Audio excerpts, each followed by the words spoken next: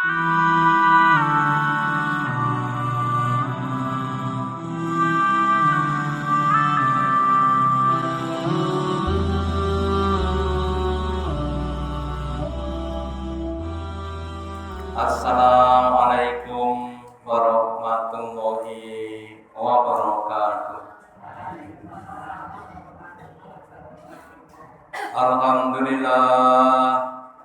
Alhamdulillahilladzi at'amana bi nikmatil imani wal islam.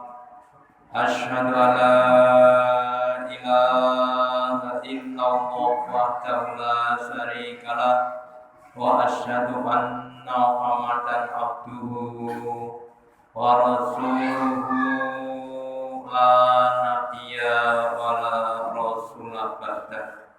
Allahumma sholli ala Muhammad wa ala ali Muhammad kama sholaita ala ali Ibrahim innaka Hamidum Majid.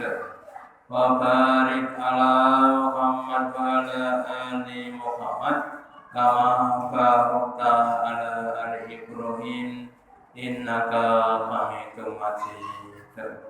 Qala Allahu ta'ala fi kitabihil karim. A'udzu billahi minasy syaithanir rajim. Ya ayyuhalladzina amanu ittaqullaha haqqa tuqatih wa la tamutunna illa wa antum muslimun. Bapak Ibu saudara yang dirahmati Allah, yang pertama dan utama, marilah kita selalu meningkatkan, menambahi kesyukuran kita, keimanan dan ketakwaan kita kepada Allah Ta'ala dengan menjalankan perintah-perintahnya dan menjauhi larangan-larangannya. Yang sebentar lagi kita akan diperintah Allah untuk menunaikan ibadah puasa di bulan Ramadan. Seseorang yang menjalankan sesuatu pekerjaan yang diyakini, yang dimengerti manfaat-manfaatnya, akan lebih kuat, lebih istiqomah, lebih mujadah dibanding dengan orang yang tidak yakin, dibanding dengan orang yang tidak tahu manfaatnya.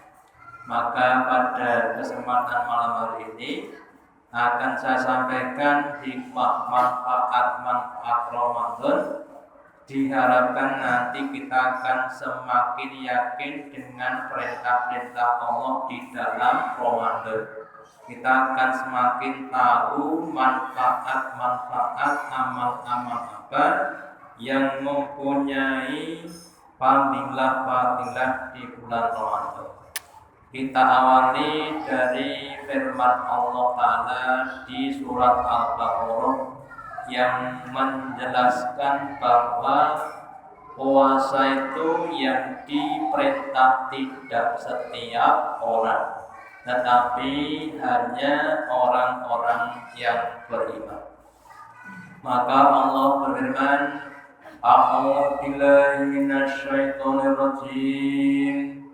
Ya ayyuhalladzina amanu, wahai orang-orang yang beriman. Kutiba alaikumusiyam, ditetapkan, diwajibkan, diperintahkan atas kamu berpuasa kama kutiba alal ladzina min qablikum, sebagaimana yang telah diperintahkan Allah kepada orang-orang yang sebelum kamu, la'allakum tattaqun, supaya kalian menjadi orang-orang yang bertakwa. Jadi kalau kita cermati kalimatnya tidak ya ayuhanas, tidak wahai manusia, tapi khusus untuk orang-orang beriman. Kenapa? Karena puasa ini adalah proyek besar, ya, proyek dengan ganjaran upah gaji yang besar. maka hanya dikhususkan kepada orang-orang yang punya kemampuan, punya keyakinan, tidak kepada setiap orang. Maka berbahagialah orang yang diberi keimanan karena diberi kesempatan untuk puasa pada bulan Ramadan. Kalau kita ibaratkan ada suatu pekerjaan yang dilelang, yang ditender, ya. Contoh yang sekarang sedang tren pembangunan jalan tol, ya. Kalau ada lelang, ada yang mendaftar lelang 10 perusahaan, terus kemudian yang menang satu.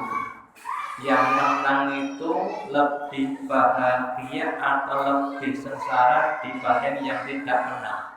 Kira-kira lebih bahagia karena dia akan mendapatkan uang yang banyak meskipun harus bekerja. Nah, demikian juga kita orang-orang beriman ini, orang yang dipilih Allah untuk diberi proyek namanya puasa, maka kita harus berbangga, kita harus bersyukur bisa diberi memenangkan proyek puasa, ya. Terus kemudian puasa ini tidak hanya untuk umat Muhammad, tapi juga umat-umat yang dulu, umatnya Nabi Dawud, umatnya Nabi Ibrahim dan yang lain sebagainya. Ini menandakan bahwa agama Islam bukan agama baru-baru, bukan agama yang dibikin-bikin oleh manusia, ya. Tapi adalah agama yang datang dari Allah, yang sudah diamalkan oleh nabi-nabi yang lalu. Terus kemudian tujuan akhir dari puasa adalah la'allakum tattaqun, supaya kalian nanti menjadi orang yang bertakwa. Kenapa bertakwa? Karena inna akramakum indallahi atqakum.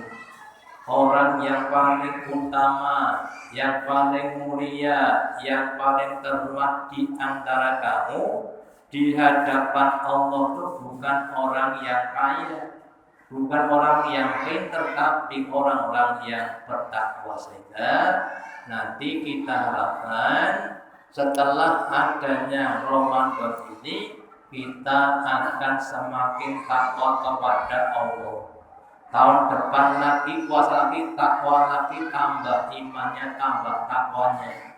Sehingga diharapkan nanti kalau kita meninggal dunia, kita berada pada puncak-puncak ketakwaan, sehingga akan mendapatkan, menggapai tingkatan surga yang lebih tinggi.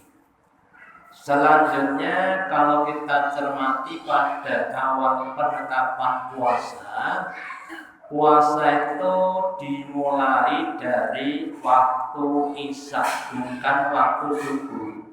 Waktu Isya berpuasa sampai nanti maghrib, maghrib berbuka sampai Isya puasa lagi. Ya. Sebagaimana dijelaskan dalam hadisnya, ketika turun ayat 182 surat Al-Baqarah, bahkan nasu ala akhirnya Islam, maka manusia atau muslimin pada zaman Nabi itu mereka idza shallul atama, ketika sudah sholat atama, sudah sholat Isya, haruma alaihim aqoam, terus tidak boleh makan, wasanabat tidak boleh minum, wanita sudah tidak boleh menyentuh istrinya, bermakna memukul istrinya, ya. Kemudian wasamu ila qabilah, dan dia puasa sampai besok, artinya sampai besok maghrib. Jadi puasanya dari Isya sampai ke maghrib, kurang lebih pinten 23 jam. Bukannya berapa? 1 jam. Seandainya itu sampai sekarang kira-kira udah poso apa mboten kira-kira. Nah, kemudian Allah memberikan rukhsah ya, karena ada banyak peristiwa-peristiwa yang kurang pas. Ada seorang sahabat, kemudian ketika siang dia bekerja, kemudian pulang sampai di rumah istrinya belum masak. Ketika nunggu kemudian terkantuk, kemudian tidur. Setelah tidur kemudian sudah waktu isya, belum sempat terbuka puasa lagi ya. Sampai siangnya kemudian dia pingsan semaput ya. Itu yang satu orang. Yang satu yang lainnya, yang namanya manusia sudah dewasa itu punya kebutuhan biologis yang lainnya, itu untuk mengkulit istrinya. Dan kalau maghrib sampai isya kapan ngumpul istrinya? Gitu. Akhirnya mereka sama bingung. Nah, kemudian turun surat Al-Baqarah ayat 187. Ya, alimallahu annakum kuntum tahtanuna anfusakum. Allah mengetahui khianatnya kamu. Maksudnya orang tuh kalau seperti orang Jawa, kalau ditawani kadang-kadang emok-emok nih jane gelem. Monggo aturan sampun. Monggo dahar sampun cepat. Padahal yo. Ya, demikian juga ketika sahabat, wah kamu sama ngempet ya? Enggak ngempet. Santai saja. Jadi yang ngempet, ya. Maka itu namanya khianat. Jane ngempet kok kondoran ngempet, itu namanya khianat. Maka kemudian ilalakum mulai tasyami rofatu inalisaiku. Setelah turunnya surat Al-Baqarah ayat 187, maka berbuka itu dari maghrib sampai subuh. Yang setelah isya tadi nggak boleh makan, sekarang boleh makan, boleh minum, termasuk boleh menguli istrinya ya. Kemudian wa antum libadha wa antum. Kemudian sampai kapan? Sampai terbitnya fajar sidik. Jadi setelah munculnya turunnya surat Al-Baqarah ayat 187, maka puasa itu waktunya diganti. Yang semula dari isya sampai maghrib, sekarang dari subuh sampai maghrib. Alhamdulillah. Sekarang tidak isya sampai maghrib, ada rukhsah untuk makan minum yang lebih panjang, untuk bisa berkumpul dengan istri atau suaminya sampai terbit fajar sidik. Fajar sidik itu nanti ditandai dengan sinar dari ufuk timur sana, barat utara sampai ke selatan. Ini gambarnya seperti ini. Yang sebelah kanan itu namanya fajar sidik. Yang sebelum fajar sidik itu ada namanya fajar kandib. Fajar yang buta yang bentuknya begini, itu nanti sebentar terus hilang, terus diganti dengan fajar sidik yang mencolok di ufuk timur dari utara sampai ke selatan. Nah, setelah itu maka tidak boleh makan, tidak boleh minum. Kemudian disempurnakan puasanya sampai malam. Malam itu apa? Maghrib ya. Jadi bukan isya ya. Jadi sampai. Maka berbahagialah kita yang sudah keturunan ayat 187 sehingga puasanya tidak usah dari isya sampai maghrib. Meskipun puasanya dari subuh sampai maghrib, tetapi di belahan dunia itu tidak sama ya. Ada yang meskipun sejak subuh tekan maghrib, tapi ada yang jamnya itu tetap 22 jam ya. Di negara Islandia itu puasanya 22 jam, di Swedia 20 jam, di Jerman 19 jam, di Inggris 18 jam, di Indonesia 13 jam, di Chili cuma 9 jam. Jadi besok Ramadan pindah ke Chili mereka mau, pindah ke Chili ben posone mau 9 jam, bukannya pindah 15 jam. Jangan pindah di Islandia. Di Islandia puasanya 22 jam, bukannya 2 jam dong. Karena ketika matahari di utara, nanti kalau matahari pindah ke selatan, yang selatan sudah begitu lebih lama. Nah kita orang-orang Indonesia berada di garis khatulistiwa, ya, tidak terlalu ke utara, tidak terlalu ke selatan, hampir di tengah-tengah, sehingga kisarannya sekitar 12 sampai 14 jam. Alhamdulillah harus disyukuri, tidak 22 jam, ya. Ini adalah untuk menunjukkan kita masih diberi kelebihan kanugrahan hidup di negeri yang istilahnya itu apa? Puasanya tidak terlalu banyak dan tidak terlalu sedikit. Terus kemudian pentingnya kita mencermati puasa yang kita lakukan. Menurut Imam Syafi'i, tingkatan puasa itu ada 3. Yang pertama tingkatannya orang awam, orang biasa. Orang biasa, orang awam kalau puasa sekedar meninggalkan makan dan minum, ya. Jadi habis subuh tidur sampai jam 9, bangun tengok-tengok duhur, tidur lagi sampai asar, ngabuburit terus buka, ya. Itu namanya puasa kelas pertama, kelasnya orang awam, ya. Jadi kalau dihitung pahala tidak banyak karena kualitasnya tidak banyak. Yang kedua tingkatan puasa khusus, ya, yaitu menahan pandangan, menahan lisannya dari ucapan yang kotor, menahan penglihatan dan semua anggota badan dari perbuatan-perbuatan dosa. Pikirannya, telinganya dijaga, jangan sampai nanti menimbulkan dosa, ya. Rekae puasa malah paku gara-gara minyak goreng, ya. Atau nanti yang lainnya gara-gara parkir, gara-gara macam-macam, ya. Urusan dunia kadang-kadang terus kemudian banyak yang seksual. Makanya ketika kita puasa ada orang yang membuat kita marah, ya, atau menantang kita mengatakan ini shaim, saya sedang puasa, sudah tidak perlu dilatih, ya.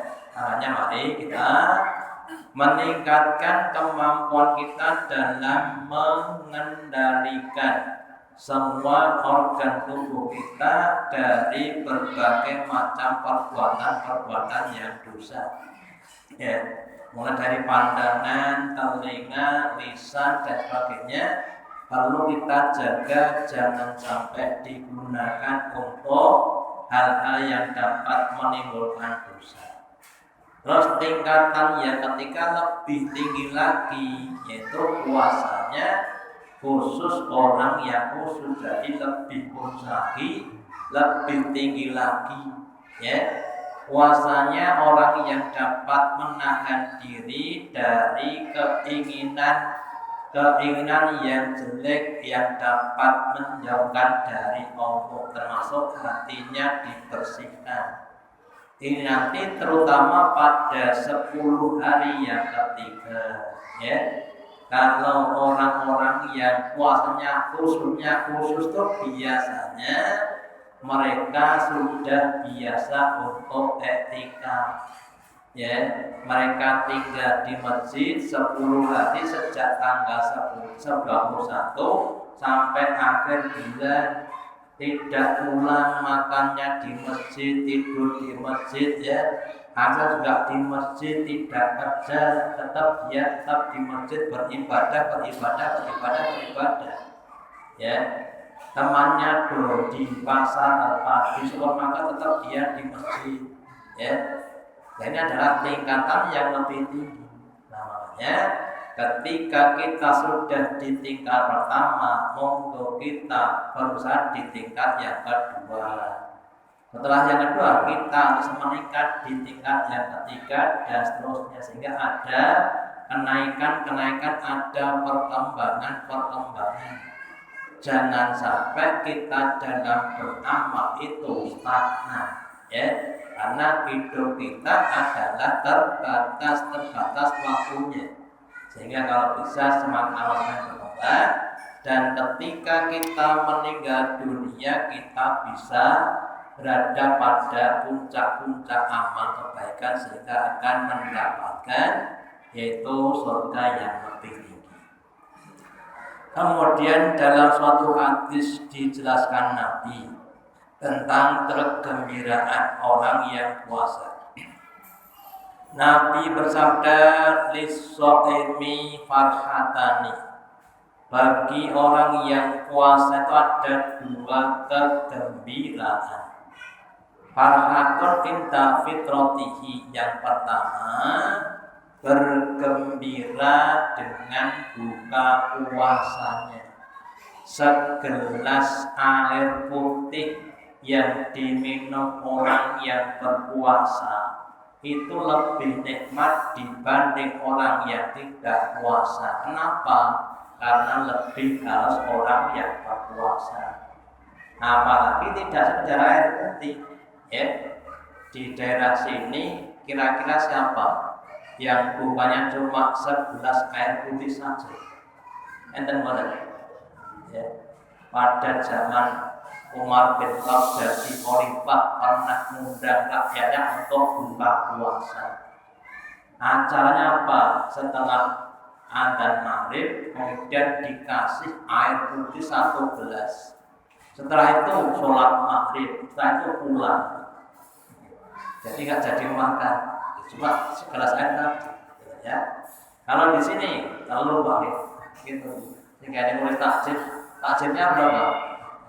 Double telur, alhamdulillah. Jadi merupakan suatu kenikmatan. Yang kedua, mafathatun inta liqa'i rabbih. Orang bekerja itu yang paling menyenangkan ketika apa? Pak Teguh, wong kerja itu sing paling nyenengke pas nopo gaji, ya. Nah, maksudnya ini maka kita juga begitu. Besok ketika kita ketemu Allah itu sangat senang sekali. Kenapa? Nopo gaji. Dan gajinya itu insya Allah lebih tinggi, lebih besar dari apa yang kita perkirakan. Ya, kita memperkirakan 1 hari 1 juta, 3 menit 30 juta, dikasih 1 miliar. Ya, Allah akan memberikan dengan yang lebih banyak, akan menjadikan kita semakin senang. Nah, makanya kesenangan itu jangan sampai terkalahkan dengan hawa nafsu. Nanti kalau ada orang yang tidak puasa, ya kita harus apa? Jangan sampai meliwat penak ya raposo kok penak. Gitu. Ya pas raposo penak, tapi nanti ketika kita terima gaji, mereka tidak terima gaji. Gitu. Makanya kita harus sabar dalam menjalankan ibadah kepada Allah. Ya. Nah, jadi kegembiraan orang yang puasa ada 2. Yang pertama yaitu ketika berbuka puasa, yang kedua yaitu ketika kita ketemu dengan Allah Ta'ala. Kemudian ketika datang Ramadan, maka pintu surga dibuka, pintu neraka ditutup, kemudian setan-setannya sama dibelenggu. Nabi bersabda dalam hadisnya, "Idza jaa Ramadan," ketika datang bulan Ramadan, "Futihat abwabul jannah," dibuka selebar-lebarnya pintu-pintu surga. Wa ghulifat abwabun nar, dan ditutup, disegel, digembok pintu-pintu neraka. Wa sufidatis syayatin, dan dibelenggu setan-setan. Kalau tidak Ramadan, bangun subuh saja susah, apalagi bangun sholat malam. Kalau tidak Ramadan, baca Quran setengah juz saja susah, apalagi 1 juz. Tapi begitu datang Ramadan, orang itu akan lebih untuk berbuat kebaikan. Bangun jam 2, jam tengah 3, jam 3 itu begitu mudahnya. Kemudian baca Quran, ada yang sehari 1 juz, ada yang 2 juz. Bahkan ada seorang ibu rumah tangga itu 1 hari 10 juz. 1 dodoan itu 2 juz. 2 juz Al-Quran, bukan 2 juz juz jamu dan juz merah. Nah, makanya mari kita berlomba-lomba. Mumpung Allah Ta'ala membuka pintu surga, mumpung memudahkan untuk beramal kebaikan. Yang pernah saya sampaikan Bapak Ibu, kalau seandainya ada hujan duit, kinten-kinten dengan pur sempat leren boten njumuti duit. Nggak sempat leren, nggawa karo gede gitu ya. Demikian juga Ramadan itu adalah hujan pahala sebanyak-banyaknya. Tentang manfaat pahala sudah saya terangkan, semoga kita termotivasi. Wa qulifat abwabun nar, dan ditutup pintu-pintu neraka. Orang berbuat maksiat atau mungkar itu sedikit banyak ada rasa malu bagi yang masih punya rasa malu. Dulu ketika di tahun 70-an, orang itu kalau nggak puasa isin, sekarang mungkin mulai tidak isin, dan sebagainya. Nah, itulah yang perlu kita semati. Jadi pintu-pintu neraka ditutup, artinya kemungkinan untuk maksiat itu meskipun masih ada. Kemudian setan-setan juga dibelenggu, tidak bisa mengganggu. Kalau pas kita tidur, kita dibelenggu setan dengan 3 ikatan sehingga susah untuk bangun. Nah, kalau Ramadan setannya yang dibelenggu, sehingga tidak mampu untuk menggoda kita dengan leluasa. Nah, kalau pintu surga sudah dibuka, pintu neraka ditutup, kemudian setan-setannya dibelenggu, kok masih ada orang yang dia tidak puasa? Masih ada orang yang maksiat, berarti setannya siapa? Setannya ya dia itu. Karena di surat Anas dijelaskan bahwa setan itu adalah allati yuwaswisu fi sudurin nas minal jinnati wan nas. Setan itu adalah yang membisik-bisikkan di dalam hatinya manusia, yang terdiri dari kalangan jin dan dari kalangan manusia. Jadi kalau sudah datang Ramadan, kok masih ada orang yang maksiat, lah itulah namanya setannya. Setan yang wujudnya manusia. Makanya mari kita semuanya berusaha untuk menjadikan Ramadan tahun ini dengan banyak-banyak amal kebaikan. Kalau perlu direncanakan, dibuat target-target, karena insya Allah Orang tuh kalau sudah menyiapkan target-targetnya ada semacam motivasi. Jadi hidup ini targetnya jangan hanya untuk urusan dunia, tapi juga untuk urusan akhirat perlu ditargetkan.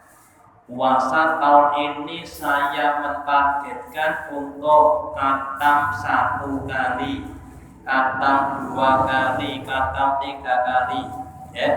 Termasuk infak sedekah monggo ditingkatkan.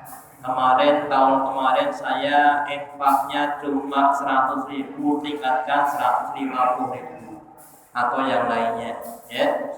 Demikian juga untuk sholat malamnya, ya, sholat tarawihnya, monggo juga ditambah, ya. Nah, semoga nanti di masjid kita sholat tarawihnya juga ditingkatkan kualitasnya, ya. Tidak hanya memburu kuantitas, tapi juga kualitas, ya. Terus kemudian nanti kita landasi dengan keimanan. Bukan karena urusan dunia. Nabi bersabda, man soma romadonan imanan wa ihtisaban ghufirallahu ma taqaddama min dzambihi. Barang siapa yang dia puasa Ramadan dilandasi dengan iman, dengan yakin kepada dan berharap, ihtisab pahala dari Allah, bukan dari manusia, maka ghufirallahu ma taqaddama min dzambihi, ya, akan diampuni dosa-dosanya yang sudah lewat. Terus kemudian di akhir Ramadan Nabi ketika naik mimbar itu membaca amin 3 kali. Amin, amin, amin. Terus sahabat bertanya, "Duh Rasulullah, kenapa engkau baca amin 3 kali?" Nabi menjawab, "Karena malaikat Jibril berdoa terus saya amin 3 kali." Apa doanya? Doa yang pertama, ya. Wahai Muhammad, celaka umat kamu, orang yang ditunggui oleh bapak ibunya kok nggak bisa masuk surga, itu orang celaka. Diamini Nabi. Yang kedua, wahai Muhammad, celaka umatmu, orang yang sudah keluar dari Ramadan kok dosanya tidak hilang, tidak habis, orang celaka, ya. Yang ketiga, celaka umat Muhammad, orang yang disebut namamu kok tidak bersolat, itu juga orang celaka. Makanya dengan puasa, monggo kita usahakan kalau ibaratnya orang yang mandi, ya mandi yang sungguh-sungguh, ya, gosok gigi, samponan, ya, sehingga ketika kita habis mandi semua dalam keadaan sudah bersih, rambutnya bersih, badannya bersih, giginya bersih. Jangan sampai habis mandi kok masih banyak kopot burutnya, itu namanya orang yang celaka. Terus kemudian ibu bapak, untuk selama Ramadan biasanya libur, untuk kali rencana tidak libur, ya. Nanti diganti hari Kamis sore acaranya selawat berbuka puasa, Jadi setiap Rabu sore kita ngaji seperti ini biasa, diakhiri dengan berbuka puasa. Jadi sekali lagi untuk tahun ini ngajinya tidak libur, tapi cuma sekali di hari Rabu sore, tepatnya sekitar jam 4:30 sampai 5:30. Nanti persiapan untuk berbuka puasa. Kita akhiri. Allahumma taqabbal minna innaka antas samiul alim wa tub alaina innaka antat tawwabur rahim. Dengan doa majelis, subhanallahi wa bihamdika asyhadu an la ilaha illa anta astaghfiruka.